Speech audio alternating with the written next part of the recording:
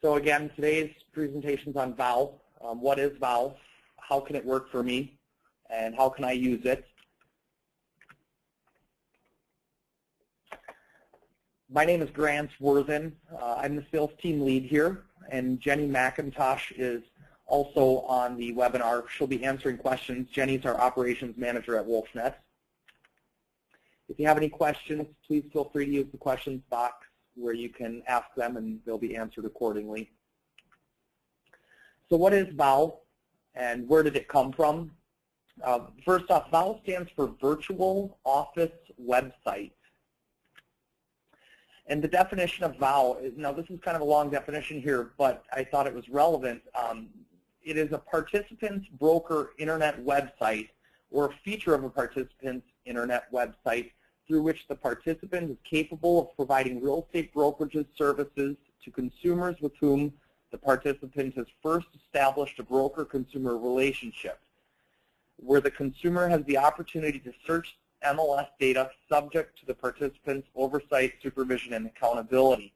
So essentially what that means is it means that a consumer establishes a relationship with a broker, and once they've established that online relationship through logging in and creating a profile and authenticating their email address, then they're able to search MLS data above and beyond what is typically provided in, say, an IDX feed. Where did VOW come from? There was, a quick story. There was a broker in Kansas City who was running a VOW, and it was essentially an amped-up property search, and he had this website that he was driving a lot of traffic to through billboard signs, sign riders, pay-per-click campaigns, marketing ads in magazines. He was doing just a great job generating all this traffic to the site. And the way the site was set up was, it was set up where it would say on the home page, it was just basically a big login page, and it said, click here and create your free profile to search all listings in the MLS. And not only can you search the listings in the MLS just like you can on any other realtor's website, if you create your profile on my site, I'm going to give you access to additional data sets such as original list price, price change history of the property, days on market, sold data, and a bunch of other fields. And what he was doing is he was just generating a ton of leads. And this broker, he wasn't even selling real estate. He just had his license, and he was running a VOW, and he was generating all the leads. And he was referring those leads back out to the other brokerages in that MLS. So the Coldwell Bankers, the Remaxes, the Century 21s, you name it. And the brokers whose agents were receiving those leads were getting kind of frustrated. They're getting frustrated because you've got this broker out here who doesn't even sell real estate. He's just running this amped up property search that has all this additional data that they're not providing, and he's referring the leads to them. So what happened was the MLS that these brokers participated in was owned and controlled by the brokers. And so they got together and they said, we got to do something about this broker here generating all these leads through this amped up property search system. And so what they did was they said, all right, let's take our listings, the Century 21 listings, the Remax listings, the Coldwell Banker listings, the Keller Williams listings, and let's make this MLS, instead of a selective opt-in, we're going to turn it into a selective opt-out. And so what they did was they decided that they were going to give their listings to brokerage A, brokerage B, brokerage C, but they were going to decide not to give their listings to this broker who had created this website in Kansas City that was just, generating all those leads.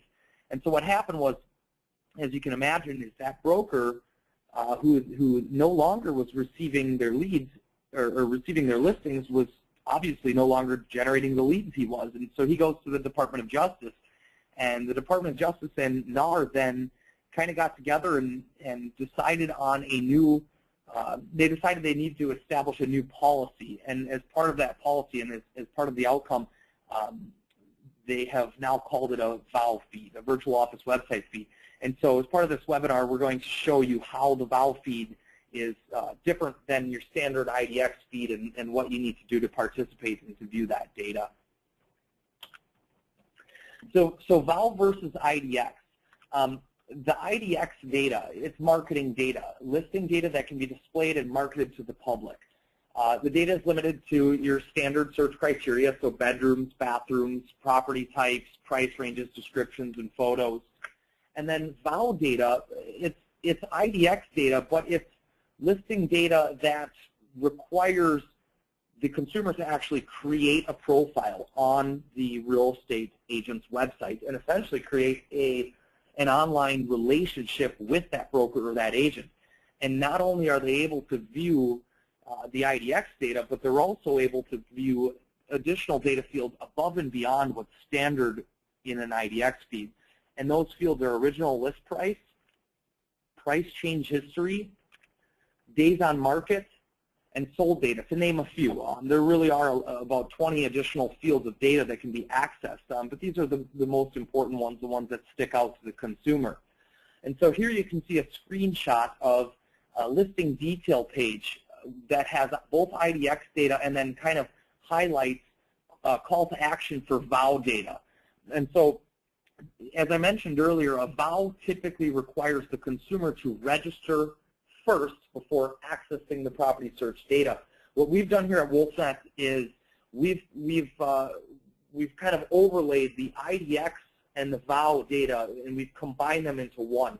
So you can see we allow the consumer to view the IDX data, which would be your price range, your bedrooms, your bathrooms, your property types, and the photo. And then we create a call to action on the right-hand side for VOW data that says, essentially, unlock exclusive data. Access original list price, price change history, and days on market. And once the consumer clicks that button, a lead is generated. And once they authenticate their email address, they're able to view those exclusive fields. So why is VOW important? Consumer expectations is a big piece of it. Consumers are expecting rich information. The more you provide, the higher chances you have of retaining them. You know, information is available everywhere these days. You've got it available on other broker sites such as Redfin and Zip Realty.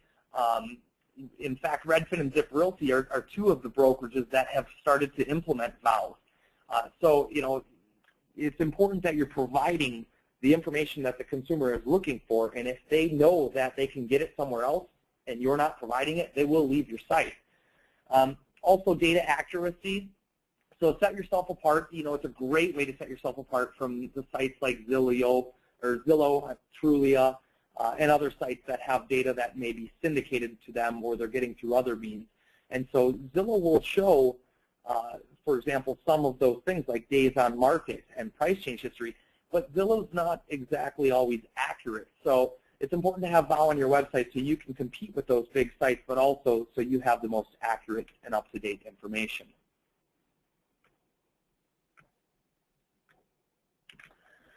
So the WolfNet IDX VOW combo search, as I mentioned earlier, a typical VOW requires that user or the consumer to register up front. And we know that you know, consumers are aware that data is available anywhere and everywhere, and they're not going to register to do property searching. So what we've done here is we allow them to first search on the IDX data, price range, bedrooms, bathrooms, and property type, and then we strategically place calls to action for days on market, price change history, and original list price on the property search, the search results pages, and the listing details pages.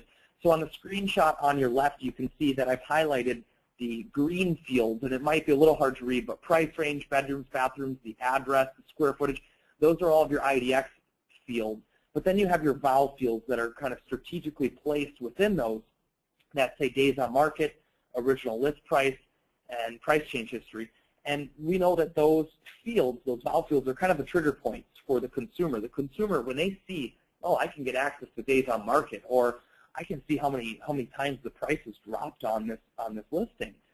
Those are the kinds of fields that they will register to view, because those are the fields that they feel they need to make an educated decision, or maybe determine if they can put in a lower offer on a specific listing because it's been on the market 300 days. So what we do here, the way we determine what field is displayed for the VOW data, because we typically display one field on each listing on the search page, is if the price has changed, then the original list price is displayed. If the price hasn't changed, then we'll display the days on market. And all of these calls to action are used for lead generation. Once the consumer registers, they then have access to both the days on market and the original list price. You can see on the lower example here that you've got original list price, and it will tell the original list price as well as days on market. So this is an example of a listing that has been unlocked on the actual property search itself. Onto the search results page. So just like the property search, we strategically place these VOW calls to action on the search results page. You'll notice on the left-hand example, this is not yet unlocked. So the consumer is searching IDX data. We've strategically placed the VOW data on top of it. And in order for them to view that data, they would have to click on the unlock button and create a profile, significantly increasing your lead capture. On the right-hand example, you'll see that the data has been unlocked.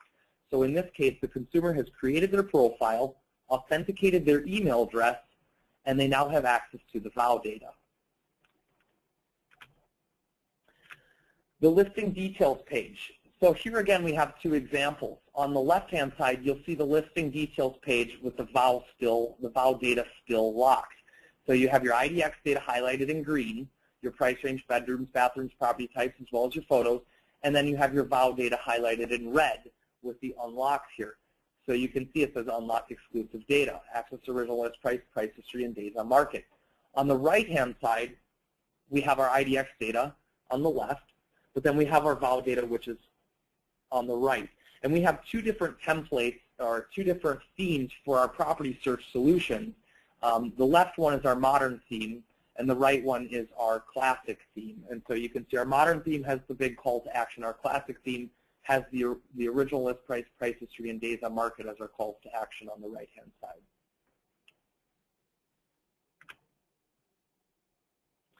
Now down below, you'll see that the data is also in the property description and remarks and details field of the individual listings. So down in the actual details of the listing, we also have the VOW data, again, strategically placed, as well as the IDX data. So gaining access to VOW data. Now this is an example of a contact form that the consumer would need to fill out to access the VOW data. So the consumer must register first, and then the consumer must authenticate their email address. So it's a double opt-in, and the reason for that double opt-in is to confirm that they've used a legitimate email address and authenticate that online relationship with the agent or broker whose property search they're on. Some quick statistics on the IDX VOW combo. So as compared to a standard IDX solution, we see a minimum increase of 25% in lead capture rates. Email authentication rates go from about a 10 to 15% authentication rate to an 87% authentication rate. So having the VOW data, one reason why you have such a high authentication rate is that, you know, a lot of IDX solutions will ask the consumer to register in order to view a property or in order to view 3 detail pages of properties, whereas the VOW combo is giving them a reason to register. So they're opting, their registration is, they're deciding to register versus you, the agent, forcing them to register. Therefore, we see much higher email authentication rates. So which MLSs participate? You know, as part of the NAR Department of Justice settlement, all MLSs are required to provide a VOW feed to their members. To request a VOW feed, you just need to contact your MLS and ask that they provide you their vendor VOW paperwork and that they provide a VOW feed to your vendor. It's also known as an AVP. I believe it stands for Affiliated Vendor Partner. And then you need to provide that paperwork to your IDX provider, and your IDX provider can then build you the VOW feed. If you are looking to work with us, we would just ask that you contact your MLS directly, see if they have the VOW feed first, and then contact us to get access to that data. So I'll run through a quick live demo of the actual an IDX property search with the VOW data incorporated into it. Here we have a property search, one of our property searches in the Dallas, Texas MLS. And so you'll see here that we allow the consumer to search price range, bedrooms, bathrooms, property type, square footage, etc. And they can hover over the map. They can view listings on the map. What you'll notice at the top, though, with our primary search types, you have active listings, open houses, and sold. But if we hover over sold, it will say, see all sold information. Click here to create your free account and access all sold information. Now, sold in this particular MLS is part of that VOW data feed. And so in order for the consumer to access sold, they would need to create a profile and register. As we scroll down onto our map-based search, you'll see as I hover over listings, again, you have that call to action for days on market on this specific listing. Or if the price change has dropped, now you'll see that it says original list price unlock. And if we were to click there, a lead would be generated. And once we registered our contact information and signed up on this realtor's site, we'd be able to view that information. Now, if we go into the search results from the map-based search, you'll also see from the search results that each listing has strategically placed calls to action for the VOW data. Days on market, unlock. Days on market, unlock. And again, if the price has dropped, you would get original list price as your call to action. If we go into the listing details page of a property now, scrolling from top to bottom, here's that call to action for the VOW data. Unlock exclusive data. Original list price, unlock. Price history, unlock. Days on market, unlock. And you'll see if we actually click on unlock, it will go to the contact form that the consumer would need to fill out to create that online relationship with your brokerage. And as we scroll down into the detailed information sections, we'll see again that those calls to action are highlighted down here as well. And so what we do is we try and create as many places where we can put these calls to action to therefore generate more leads. And that's how we see the increase in lead capture rates.